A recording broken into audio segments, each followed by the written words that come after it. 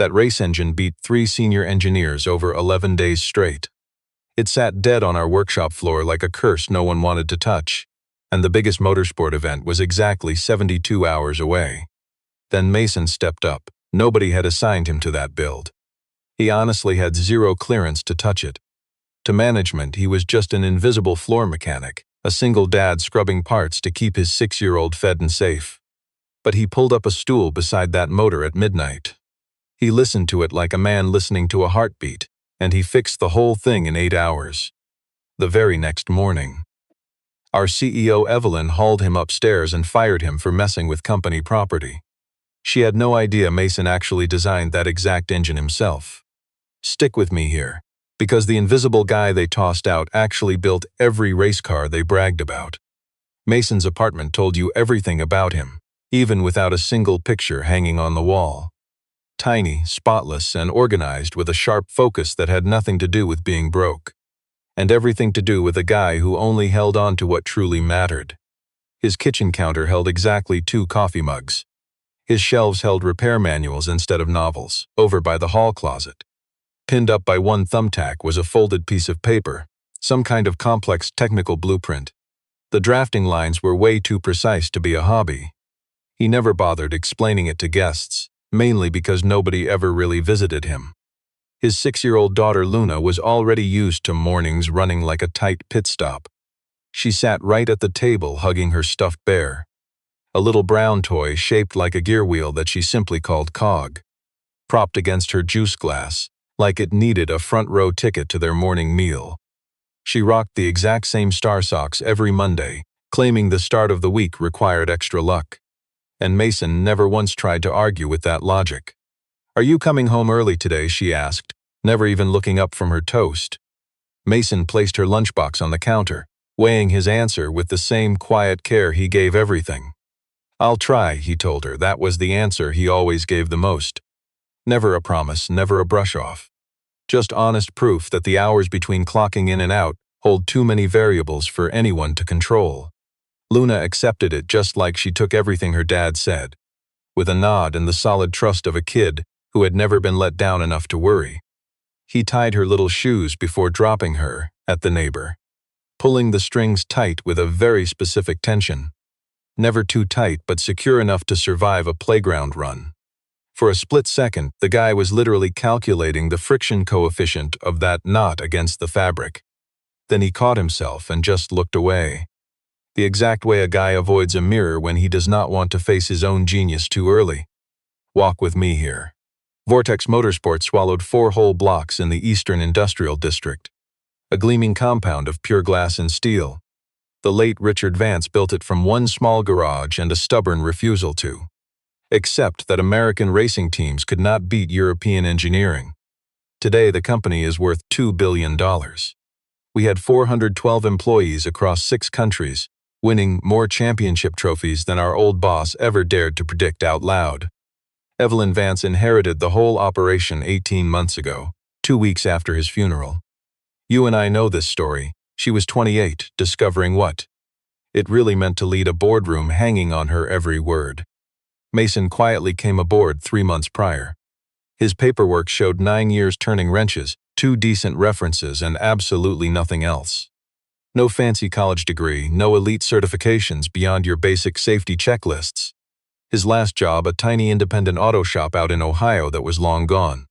The corporate recruiters naturally flagged his resume as thin. But Cameron, the chief operating officer heading the committee, stamped it approved without a word. So they buried Mason down in the basement-level workshop, where the air was stale and the concrete shook from heavy presses running overhead.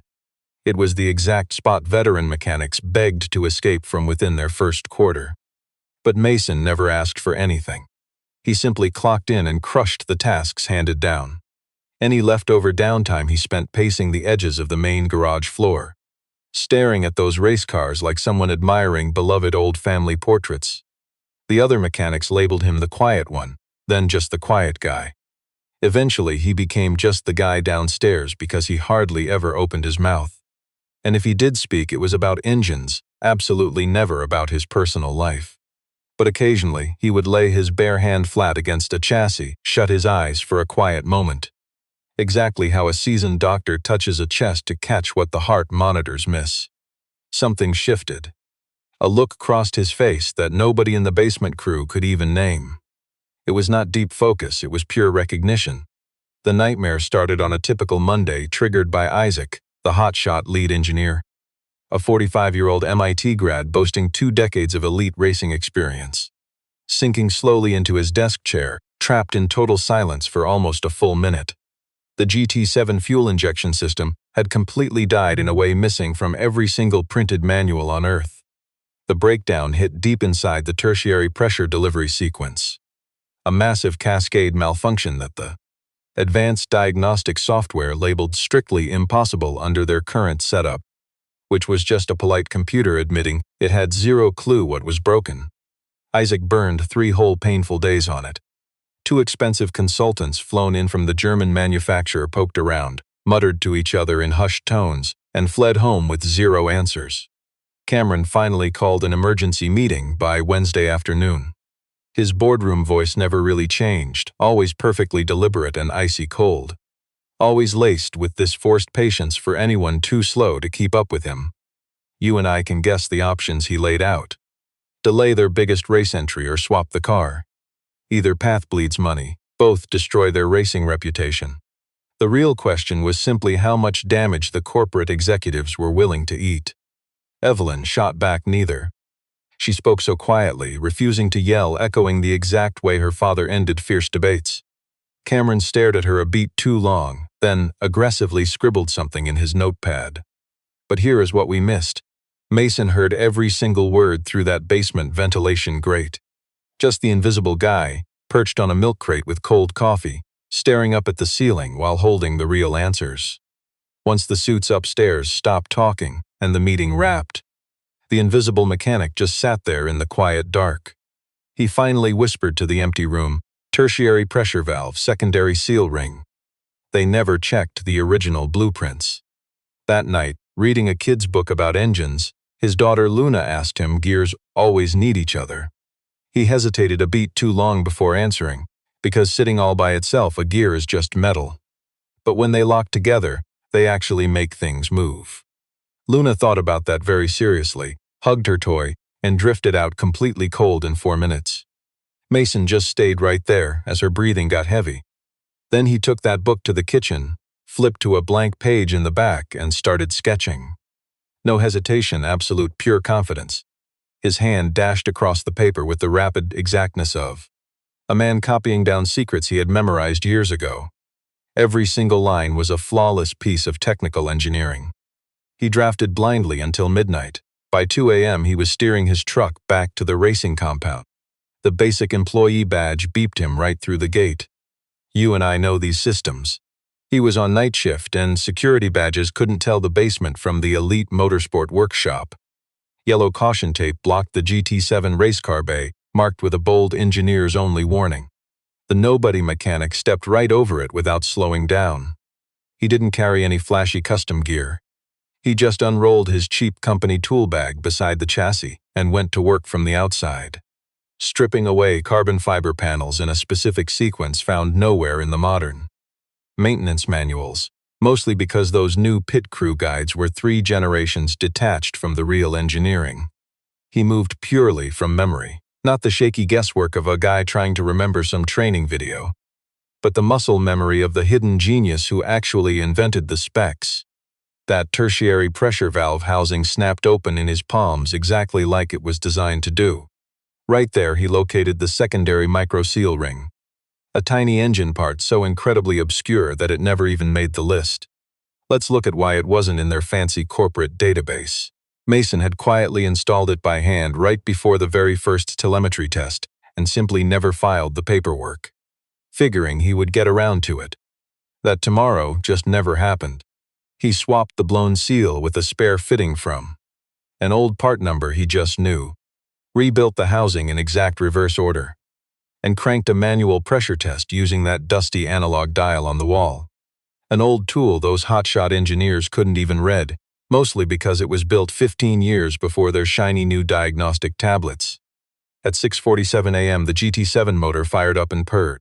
The idle sounded flawless, those analog numbers hit dead center.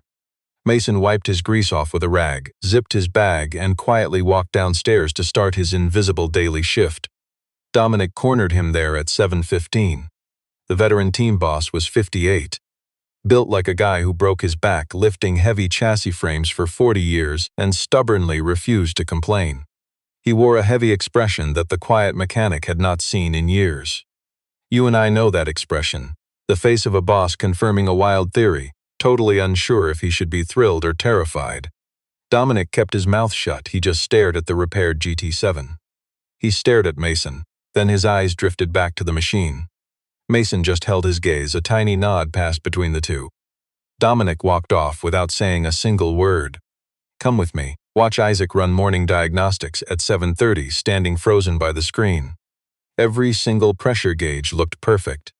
Fuel delivery variance hit 0.01% under factory spec, the absolute best numbers this race car had ever logged. He actually pulled two of us over just to verify his eyes weren't playing tricks. We confirmed it, not one of us could speak. Meanwhile, Cameron was stuck upstairs on the 5th floor during the actual repair. He spotted the whole thing on the security tape, timestamp and all. There was our quiet level 2 mechanic, slipping right into the restricted bay with the total confidence of a guy who belonged right there. Many times before, Cameron didn't go to Evelyn that night. He held off until morning, grabbed the security tapes. He pulled the access logs, building his little trap very carefully. You and I know how corporate works. He hid the fact our racing engine was suddenly flawless. Sitting across from our CEO Evelyn, he just handed over the file. We have an internal security issue. An unauthorized employee accessed a restricted area and performed unsupervised intervention on our most critical asset without clearance of any kind. Evelyn watched the footage. The timestamp read 2:16 a.m. The guy on camera strolled right through the garage, completely unfazed. No lost steps. None of that nervous energy you see from guys touching a strange engine. Is the car functional? She asked. That isn't the point, Cameron snapped back. I'm asking anyway. Cameron smoothed out his paperwork. The point is precedent. We are still under regulatory review from the Harmon incident. Any undocumented technical intervention, regardless of outcome, creates liability exposure that we cannot afford. Evelyn went dead silent. 18 months ago, she'd have just agreed and fired him. She was learning to push back, but the suit wasn't wrong about the legal risk. And she had no clue the company's most valuable guy was completely invisible. She signed the man's walking papers. Mason walked into the CEO's office in his daily uniform, wearing that simple gray shirt with our logo over his heart. He looked clean, but you could still catch that faint hint of grease.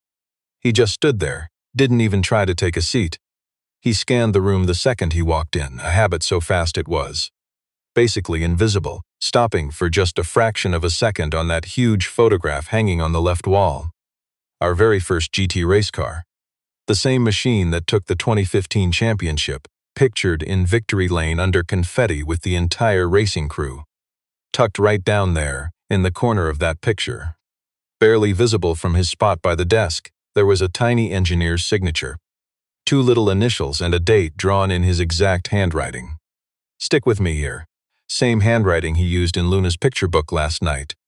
Evelyn slammed her tablet down, showing the garage tape. Can you explain this? I fixed the engine, Mason said simply. You didn't have authorization to do that.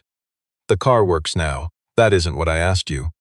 Cameron stood firmly to Evelyn's left. His corporate voice was smooth, completely blind to the hidden genius. Do you understand what that race vehicle is worth? Do you hold any motorsport engineering degrees for that complex engine? What makes a low-level wrench qualified to touch it?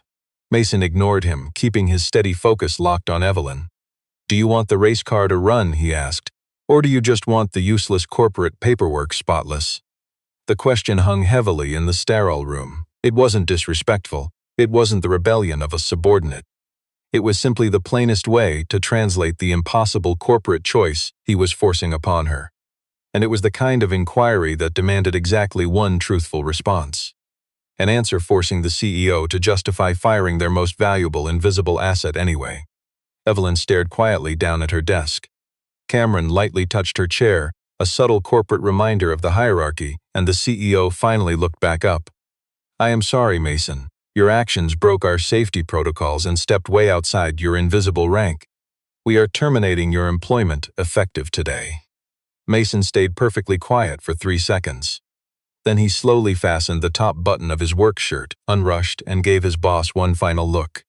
"Before you race that machine this weekend," he murmured, his tone carrying nothing louder than a quiet suggestion, "you need to pull the original design drawings for the GT7, not the current files, the original. If the corporate team still has them." Then he left. Cameron watched the heavy door shut. His hand, still resting on the back of Evelyn's chair, pushed firmly into the expensive fabric before he finally let go. Far below them, through 15 floors of corporate glass and steel, the GT7 sat in the pit lane, its engine roaring exactly how its uncredited creator meant it to. Evelyn stood silently, staring down at the garage long after the unnoticed genius departed. She tried convincing herself she was only considering corporate liability. You and I know she was actually obsessing over his exact words, the original and the heavy meaning behind them. The deliberate way an overlooked master emphasizes a single word, holding way more history than it ever logically should. He collected little Luna from the neighbor's apartment right at 3 in the afternoon. She sat at the kitchen table, focused on a messy sketch of what looked like a robot built completely from circles. She sprinted to the front door the moment she heard her dad walk inside. "You are home early," she said. She sounded pleasantly surprised, like someone who just got the best unexpected news all day. "I do not have my job anymore," he replied quietly. Luna studied him. "Are you sad?" He crouched down to her height, the way this hidden master always did when sharing real honest truth. "No, but we are going to find something new." "Will the new place have race cars?" He almost grinned. "Every place has cars." She nodded seriously, fully satisfied, and eagerly returned to her little robot sketch. Mason cooked dinner, watched his daughter eat, read to her, and waited for sleep before finally grabbing his phone. He dialed the contact he had forcefully deleted just 3 nights ago. The number he subconsciously memorized before erasing it, because an engineering mind like his absorbed everything instantly. 4 rings, then a voice older, distinctly familiar. A voice carrying the heavy relief of a man who had waited for this call without ever knowing if it would actually happen. "I knew you'd call eventually," Dominic finally said. "That race car told on you. The championship weekend quickly came and went. You and I know why the GT7 took second, their absolute best finish in 9 years." The crew cheered. The blind engineers celebrated the unnoticed genius. "You and I know the drill." Suits took photos and pumped profit projections higher. Evelyn, our CEO, stood right in the middle of that blinding pit lane celebration, completely numb to the victory. Hand buried deep in her pocket, fingers tapping her phone, her mind was entirely stuck on an unseen mechanic sketch she still hadn't tracked down. The race car had just revealed a hidden truth she wasn't ready to accept last week. Suddenly, the loud cheers of corporate success felt like a foreign language to her. Like the racetrack itself was trying to speak. Speaking a gritty workshop dialect she grew up around but never truly learned. Come Monday morning, she went hunting for Dominic. The veteran was eating lunch alone downstairs, taking the exact same overturned crate where our dismissed mechanic, Mason, always sat. Staring at the bay with the heavy quietness of a guy who goes unnoticed. A guy who has stared at the same spot for so long, he doesn't know if he is just looking or waiting for the truth to finally show up.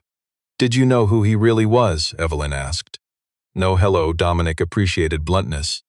He chewed slowly, gently setting his lunch on the wrapper. "Knew by his 3rd day, maybe 2nd. Why keep it from me?" she demanded. "Because he wanted to stay invisible, and the man earned the right to choose that.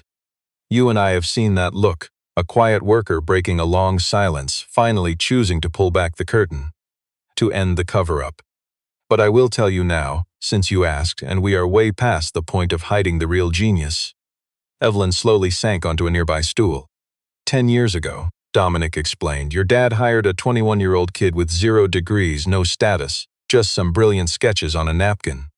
Found him hiding on an engineering message board. A tiny group of unseen, self-taught mechanics who fixed complex engine problems purely for fun. Your dad called it the absolute tightest, most precise. load distribution chart he had ever laid eyes on from a nobody who belonged in class. He stopped. That unnoticed kid was Mason Cole. Dropped out, moved here, and quietly built 7 engine versions in just 3 years. The GT7 was his final masterpiece, crafted for the 2017 racing season. Evelyn kept her hands frozen in her lap. What happened? His wife passed, car crash, their baby wasn't even 1 year old yet. Dominic did not sugarcoat the brutal tragedy at all. He dropped it like cold steel because adding fake sympathy would just cheapen the real loss. He just vanished, leaving his entire life on that desk. No one bothered searching for the quiet guy, since management was shuffling and your dad fell ill. Plus, upper management was completely lost in the chaos of those corporate transitions. And those genius drawings. The master sketches, the handmade ones proving his worth, sat right on his desk when he quit. By the time the suits finally filed the handover paperwork, someone stole them. He never mentioned Cameron's name. He honestly didn't need to. The theft by upper management was painfully obvious now. Evelyn just sat quietly with that crushing truth. That underground shop smelled of grease, hot metal, and the heavy staleness of a forgotten room where the fresh air never matches the massive value created inside it. He returned, she realized. It wasn't even a question. We both know the invisible creator returned just to save his car. The GT7 runs on a hidden pressure assembly fix, a tiny seal he built by hand before testing, a genius tweak the suits never even bothered to notice. Think about it, without the unseen worker, a system runs fine for years. Until it suddenly doesn't. Dominic quietly folded the wrapper around the rest of his lunch with the precise care he gave everything. He quietly heard the race car was struggling. So he returned as a nameless maintenance guy, just an invisible worker, staying close enough to fix the engine when it inevitably failed. Evelyn stayed completely silent for a while. Then he wrote to my father. I know, she looked right at him. Your father told me. Just 3 months before he passed, he mentioned Mason sent a letter he planned to answer. But he delayed it. He struggled to find the right words, and he was simply losing the strength to confront those really difficult, unspoken truths. The humble mechanic's face stayed blank. Yet his eyes quietly understood the deep grief the strict CEO refused to show. He never finished it. I am truly sorry. Evelyn left the dusty workshop, returning to her office. She sank into her desk chair, still wearing her jacket. Suddenly, she stood up and headed straight for the 3rd-floor archive room. An unseen room the modern racing team had no idea even existed. Stuffed with dusty boxes and old files, the totally forgotten paper history of a business that used to fit entirely inside one tiny room. She quickly located the metal cabinet holding her late father's personal files. The combination lock required a 6-digit code. Her mother's exact birthday. Her dad used that exact same code for everything, never once bothering to worry about high-level security. Inside sat old contracts, letters, and way down in the bottom drawer. A plain cardboard envelope sealed tightly with tape fading yellow at the edges. The return label said M. Cole, stamped exactly 3 months before her father passed away. She ripped it open. Inside sat one single folded page. The handwriting was completely steady, straightforward, and unpretentious. I heard you are sick. I do not expect you to write back. I expect nothing, but if Evelyn ever needs an unseen hand who knows the GT engine inside out, I remember every exact measurement. I am not seeking glory. I just want to ensure that the race car is safe. The vehicle deserves much better than its current state, and so does the driver. MC Evelyn collapsed onto the dusty archive floor, back against the cold shelf, holding the fired worker's letter. She remembered what her father always said. Back when she was young, restless, and ignoring the details. The real difference between a good car and a great one is not the metal. It is whether the invisible mechanic building it was truly listening to the engine. She never fully grasped what that meant before, but sitting there she finally did. She snapped a photo of the original GT7 blueprint, the exact paper her father had quietly locked away.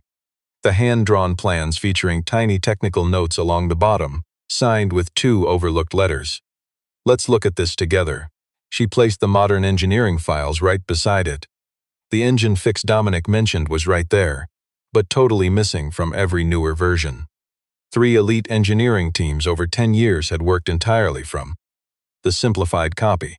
You see, they never realized the most valuable genius was invisible. The CEO already knew. He knew because years ago he swiped the original motorsport design straight off that young mechanic's desk, scrubbed the name entirely, and handed it to the board. He had watched that stolen, watered-down design version propagate through our automotive engineering systems for a full decade without ever saying a single word. And he realized exactly who had just walked into the racing facility. 3 months back, hiding behind a fake name and a thin resume, Cameron saw right through him. The boss did not flag the new hire to protect us. He approved it just to keep this unseen genius close, visible, and totally controllable. You and I know a low-level shop worker can simply be erased whenever it gets convenient. And Cameron engineered exactly that quiet removal by claiming liability risks. A technically solid but morally bankrupt excuse, striking before the hidden designer became too hard to handle. But here is what the executive completely missed. Evelyn Vance actually went digging for the hidden truth nobody else had bothered checking for 10 years. She summoned the arrogant boss to her office that very afternoon. No polite meeting requests through his busy executive assistant. She texted him directly. When he walked in, she was staring out the window, back turned. On her pristine desk lay 3 pieces of evidence that would change absolutely everything. He stared at the spread. He refused to sit down. First up was that original handwritten race car design set, complete with the invisible mechanic's tiny notes and his real initials right in the corner. Second was a damning chain of internal company emails sent by Cameron a decade ago, lying to the board by crediting that brilliant engineering to a faceless corporate team instead. Third was a fragile, yellowed little paper napkin, bearing a pencil sketch of engine pressure distribution, signed with those exact same 2 initials. An overlooked colleague had carried it in his wallet for 10 years in that quiet, invisible way loyal workers hold on to proof of real genius that should never be forgotten. Evelyn spoke without turning. That massive licensing deal with the German auto group, it is dead. We simply cannot license this vehicle's intellectual property, because the true mastermind behind it never formally signed it over. That quiet dad never signed a transfer agreement because nobody in charge ever once offered him one. They just arrogantly pretended his brilliant document did not exist. She finally faced him. You have 48 hours to lawyer up right now. Cameron tried to stay perfectly cold. He abandoned this work.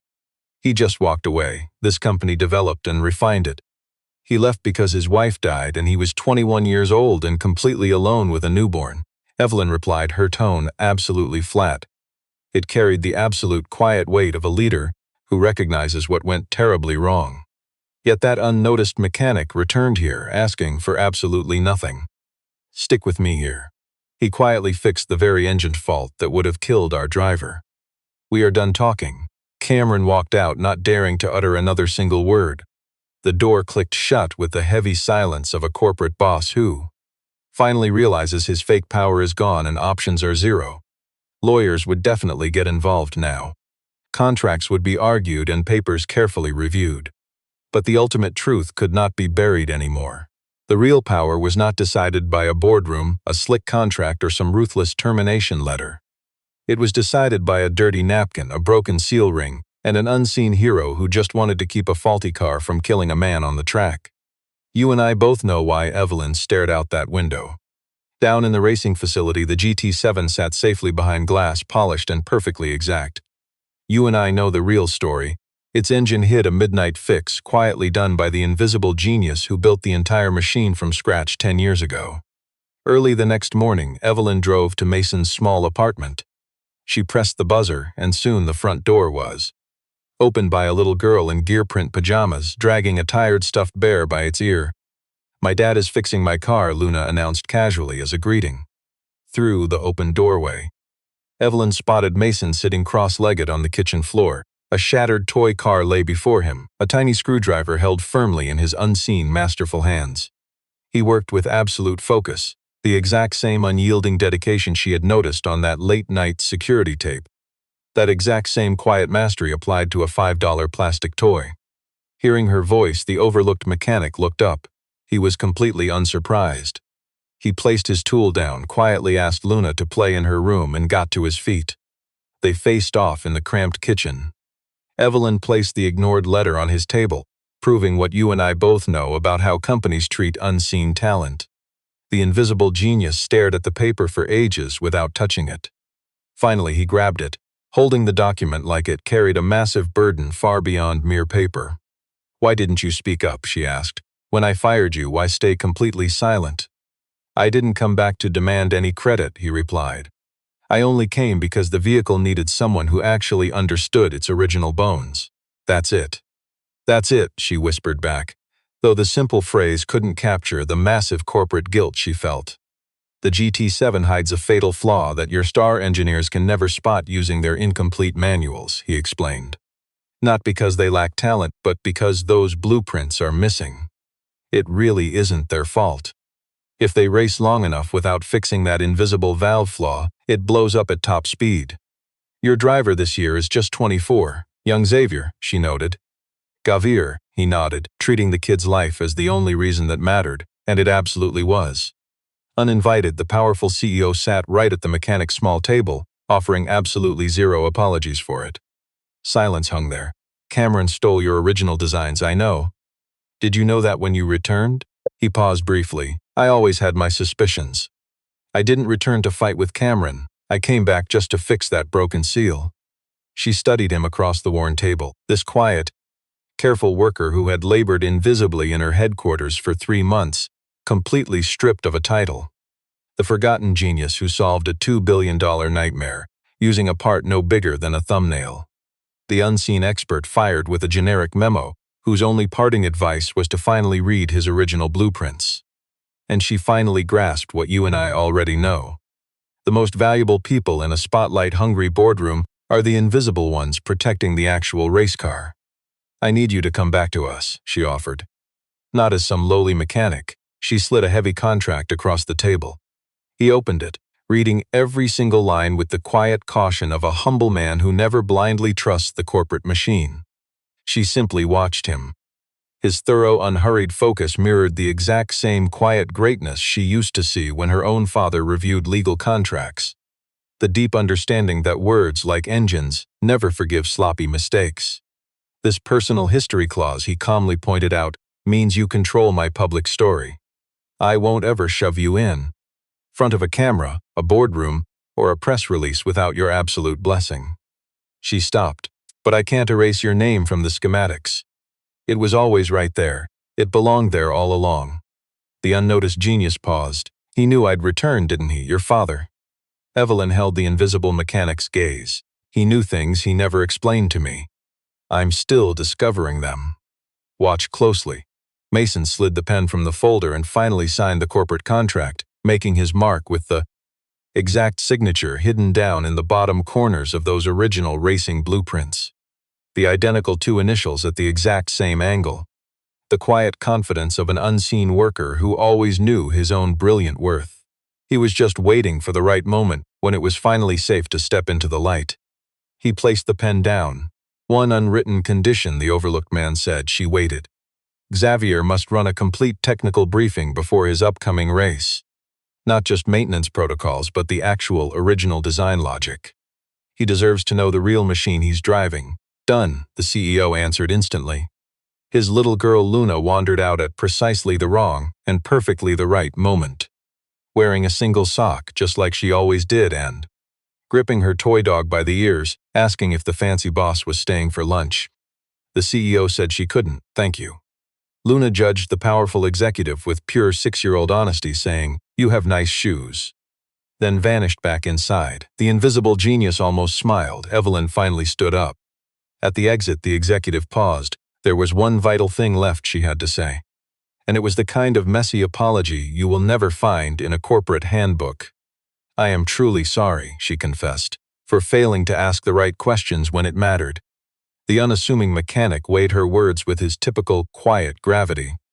"You eventually asked the right things," he replied calmly. "That counts." The overlooked genius arrived home by 5:30. For the first time in weeks, the humble single dad had actually beaten the evening sunset. Little Luna heard his familiar key turn the lock and rushed out of the kitchen with flour dusting her small hands. Their kind neighbor had been showing her how to bake homemade biscuits. She happily grabbed her dad's arm, dragging him inside to see the fresh biscuits. They were completely lopsided and slightly burned on one edge, but she proudly declared them perfect. Let's pause here. The brilliant, unnoticed engineer sat and ate a burnt biscuit. For once, the unseen mastermind forgot about race car pressure valves, corporate presentations, and the heavy demands of the next 6 months. He only thought about whether they were running low on orange juice, whether his daughter's lucky socks were clean, and whether that plastic car on the linoleum still needed a rear axle alignment. Of course, it absolutely did. After a quiet dinner and bath, after bedtime stories and that very specific, peaceful stillness that blankets a small apartment once a child finally falls fast asleep, the invisible mechanic sat alone at the kitchen table with the executive folder from today's revelation resting nearby and a fresh blank piece of drafting paper placed right in front of him. He did not sketch complex mechanics. He just sat with the silence, the way ignored people learn to exist in quiet spaces, never fighting it, never rushing, just peacefully occupying it. Tucked inside his jacket pocket was an old envelope that Dominic had handed him at the coffee shop 2 days prior. A letter a dead CEO had penned, meaning to hand it over in person to his secret genius, but sadly never getting the chance. Our unseen hero read it twice, then carefully folded it along its original worn creases. Think about the invisible workers around you. He tucked it away entirely alone. That little card tucked inside. Faded company stock naming him Chief Design Engineer, a title he never threw away but never flaunted either. He hid it deep inside a kitchen drawer, buried under dead flashlight batteries and some old spare keys. You and I know that is where we keep things that are not flashy, but absolutely real. His mind drifted to what his little girl said months ago. Sitting right at this table, a worn picture book open between them. Because alone a gear is just metal. When they mesh together, that is when they create motion. He had taught her that. Back then he was not entirely sure he even believed those words himself. Now he finally was. Next morning he clocked into Vortex at 7:45, bypassing the hidden workshop door. He walked right through the main lobby. The receptionist smiled and used his actual name. The new badge on his chest finally displayed his true title, a hidden fact that took 10 long years to actually print. Dominic stood by the workshop gate, holding 2 hot cups of coffee. He offered one without saying a single word. Mason accepted. 2 minutes later, Isaac rushed across the floor, already talking. I read your original schematics last night, every single page, cover to cover. I have 17 questions. Mason watched the eager young engineer. The kid finally realized the racing car's foundation was built by an invisible master, far deeper and much more elegant than anyone ever noticed. And Mason felt something. Let's be honest, a peace settled in him that he had not felt in years. I have all day, he replied. Up on the 15th floor, the strict CEO stood at her office window. Evelyn watched her overlooked mechanic and top engineer sitting by the GT7 race car. Fresh blueprints spread between them. They leaned over the paper together, sharing the exact posture of 2 men quietly building a legacy. She held her phone tightly in her hand. A sudden message had popped up that morning from a powerful representative. The biggest racing organization on the continent. They saw the unseen magic in the GT7's performance data last weekend. Now they wanted to discuss a massive technical partnership. They asked to meet her brilliant design team as soon as absolutely possible. She typed back quickly, we would be glad to meet. Our engineering team is in the middle of restructuring. Give us a little time to get our bearings. She hit send, placed the phone face down on her desk and turned back to the glass. Down below, the workshop buzzed with ordinary noise, the heavy press of metal, the sharp beep of an alignment tool, the quiet hum of parts being tested, fixed and tested again. And underneath all that ordinary chaos, if you and I stood in just the right spot, listening not for the loud guys who demand attention, but for the quiet ones, we would finally hear the truth. The GT7 engine roaring flawlessly, exactly the way its unseen creator meant it to. It was always capable of running steady, completely certain, and at long last. After 10 full years of silence, guided by the unnoticed genius who knew every single mechanical note by heart,